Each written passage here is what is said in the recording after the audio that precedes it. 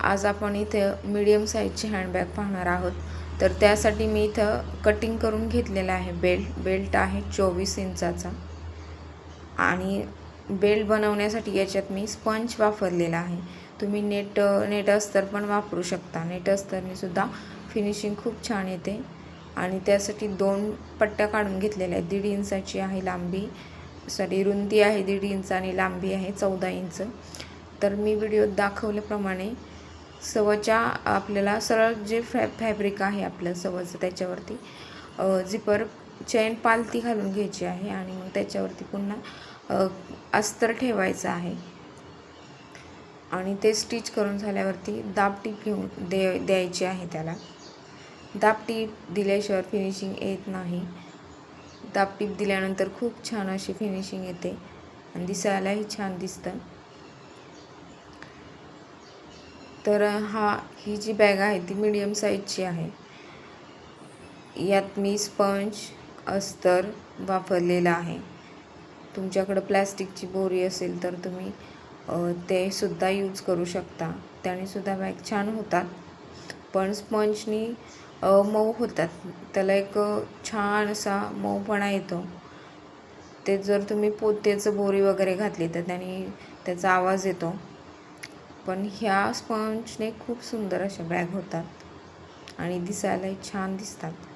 तर मी तर रनर टाकून घेतलेला आहे. बेल्ट आहे आपला 24 इंचाचा आणि मी अस्तर याची लांबी आहे 13 इंच आणि रुंदी आहे 11 इंच. तर इथं मी शिवूनच घेतलेलं आहे स्पंज मेन अस्तर आणि हे फॅब्रिक कॉटन अस्तर. आता आपल्याला वरून 2.5 इंचावरती टिक करून घ्यायची आहे आणि तिथं कट द्यायचा आहे, कारण तिथं आपण एक पॉकेट बनवणार आहोत. साईडला एक पॉकेट बनवणार आहोत. तर अशा तऱ्हेने तुम्हाला कट देऊन घ्यायचा आहे आणि चेन लावून घ्यायची आहे. दाब टीपसुद्धा द्यायची आहे आणि पुन्हा जोडून घ्यायचं आहे आपल्याला. जोडून घेतल्यानंतर त्याच मापाचं 13 बाय 11 इंचाचं अस्तर घ्यायचं आहे आणि त्याला कवर करायचं आहे. पूर्ण स्टिच करून घ्यायचं आहे. अस्तर लावून घ्यायचं आहे म्हणजे साईडला आपलं एक पॉकेट तयार होणार आहे.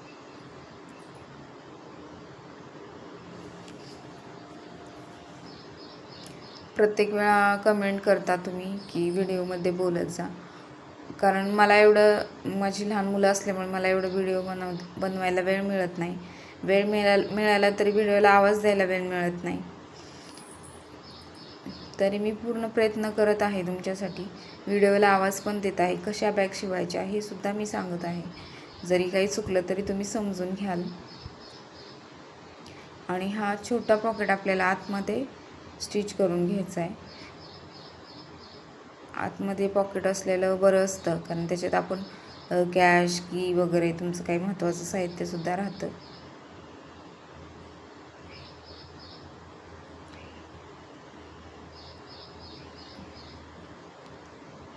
आता आपल्याला बेल्ट लावून घ्यायचा आहे. दोन्ही साईडला योग्य ते अंतर सोडून, समान अंतर सोडून आपल्याला बेल्ट लावून घ्यायचा आहे. 3-3 इंच दोन्ही साईडला सोडायचं अंतर आणि दुसरा पार्ट पहिल्या पार्टवर ठेवायचा आणि तिथे सुद्धा बेल्ट लावून घ्यायचा. जी आपण चेन लावलेली आहे 1.5 इंचाच्या ह्याला तुकड्याला, ते जोडून घ्यायचं आहे आपल्याला.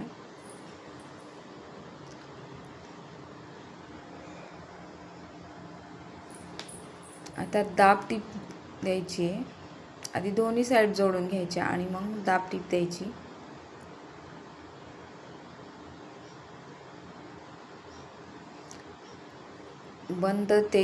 जे बंद आपण जोडलेले आहेत ते व्यवस्थित बरोबर आहेत का ते पाहायचं आहे, नाहीतर बंद मागे पुढे होतील, त्यामुळे पर्स छान दिसणार नाही. दोन्ही साईडला टिप मारून घ्यायची आणि नंतर दाब टीप द्यायची.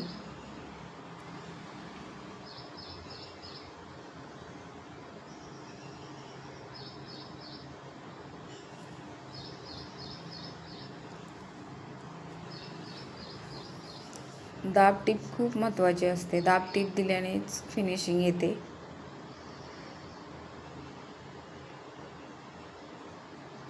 आता आपल्याला जोडून घ्यायचे पर्स. दोन्ही साईडला ज्या 1.5 इंचाच्या आपण पट्ट्यावरती लावलेल्या होत्या तर त्याच्यावरतीच ठेवायचे आणि मग जोडून घ्यायचे पर्स. खालीवर होत नाही म्हणजे आकार.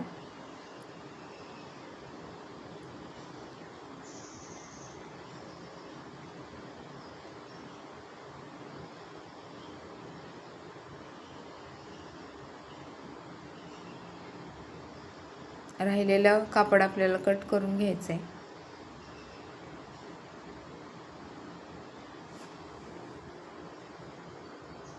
आणि खाली आपल्याला कट देऊन घ्यायचा आहे. दोन्ही साईडला आपल्याला योग्य तो कट द्यायचा. आधी व्यवस्थित दोन्ही साईडला व्यवस्थित टीप आली आहे का हे माप घेऊन सुद्धा तुम्ही बघू शकता. त्यामुळे काय होतं, परची उंची खालीवर होत नाही. आता उंचीला 1.5 इंच आणि लांबीला 2 इंचावरती आपल्याला कट द्यायचा आहे. त्यासाठी आखून घ्यायचं आहे चॉकने. तुमच्याकडे चॉक नसेल तर ही ग्लास मार्करची पेन्सिल आहे ती सुद्धा यूज करू शकता तुम्ही. खूप छान ह्याचा उपयोग होतो. दोन्ही साईडला कट द्यायचा आहे आपल्याला.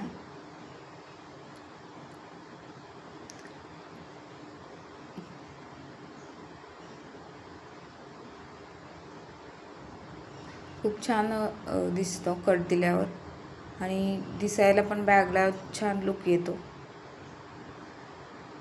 धागे दोरे कट करून घेतले.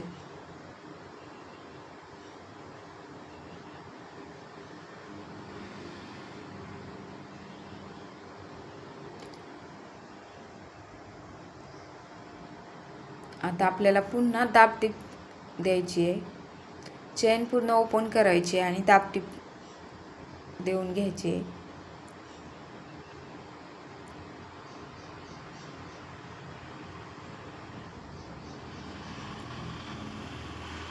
ही मेन दाबटीप आहे. या दाबटीप दिल्यावरती खूप छान पर दिसते.